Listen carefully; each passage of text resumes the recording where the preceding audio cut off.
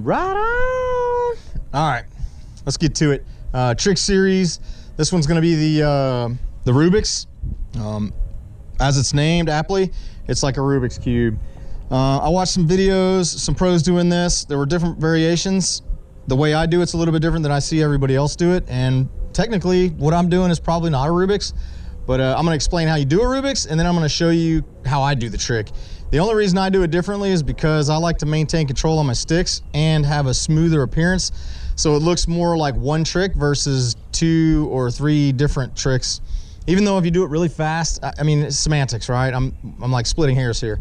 At the end of the day, just do the trick how you see fit. I mean, it's flying quadcopters, man. You should make it your own. Don't do what the system does. Do what you do. But I'm gonna at least explain the base, and then from there you can create your own whatever it is you want to create. So the Rubik's, like I said, I saw a couple of professional pilots doing it. The way they demonstrated was basically just flicking the sticks and then rolling. So either pitching forward or pitching back and then rolling 360, or rolling 180 and then pitching or back or forward 360. Whichever way you see fit, however you like to do it. There's a lot of pilots out there that crush this trick. I'm not one of them. I like different style tricks. I do the Rubik's periodically in my flights. I like to do them through and around obstacles. And again, that's why I say I do it a little bit differently. I try and control the maneuver as one maneuver through the whole movement, and I'll talk you guys through that. Well, like I said, let's get to it. I talk too much. So you go out to your field, find a big grassy open area, especially if you're a new pilot. Even if you're not a new pilot, I'm not a new pilot, but I got this big grassy field because I don't want to wreck into a tree. First thing you want to do is altitude. Altitude is your friend. Altitude gives you the real estate to make mistakes. So get out into your field, get some altitude, and then start your trick. Again, like I said, here, altitude, you need to know the float of your quad, and then you can initiate your trick. So here you can practice just giving yourself full throttle blip. So 1,000, 2,000, 3,000. You know you have about 3,000 seconds of float there to initiate your trick if you're doing it in an open field. Next, you need to decide if you want to pitch or roll 180. So you can just go to a field and practice pitching or rolling 180 until you get it to the point where you're surgical. That's not surgical, that's surgical. You don't want to over rotate. So when you give the quad full throttle and you pitch back, you really want to leave the quad or level out with the quad completely flat to the ground or perpendicular to the ground, parallel. Full throttle, pitch it back, however you want to do it. Pitch or roll 180. Man, I don't know why that's crushing my soul tonight. But full throttle, roll, pitch, and then come out of it. Hey, there it is. See, altitude is your friend. Just save my quad because at altitude. Again, just practice the flick. That's the best way to learn this trick, is just get used to the flick, your stick movements, how much input it's going to take to get the quad around 180.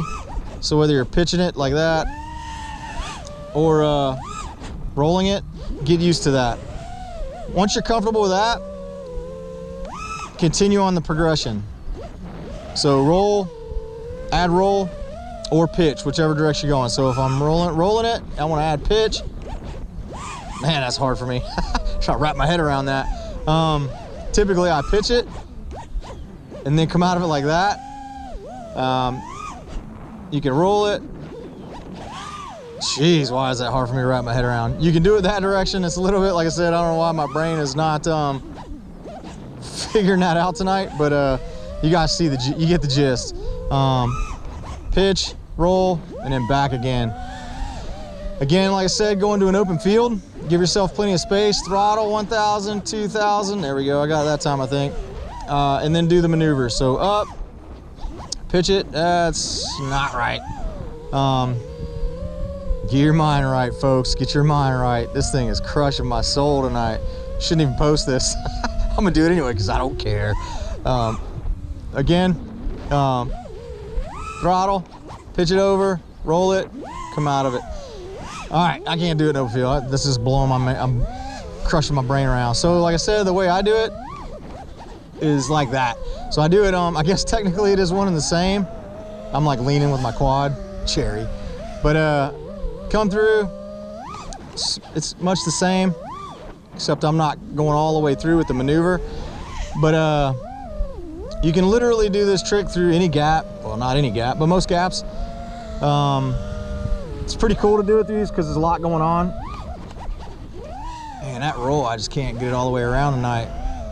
Sorry, folks. See if I can do this before my battery dies. But again, pitch, roll, and then pitch again.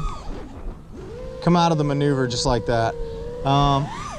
Looks way cool when you're doing it through obstacles. Let's see if I can do it through a really tight tree. Again, like I said, practice in open space. I don't suggest you get into a, there we go. Go through a tree like that. I don't suggest you start out like that because you're gonna break a lot of crap. Get out to a field, give yourself some room, and just practice flicking it around. Maybe I should have practiced just doing rolls, right? Whatever helps you get better at the trick, do that maneuver over and over and over and over again until you've got it on lock. Guys, that's the Rubix trick series. The Rubix, I think this is number 4 in an unlimited installment. But go out and have fun with it and let me know what you think. My videos suck, I'll stop making them. I'll stop making mistakes. But go out, have fun, burn some packs, break some props, and we'll talk to you guys later. Bye.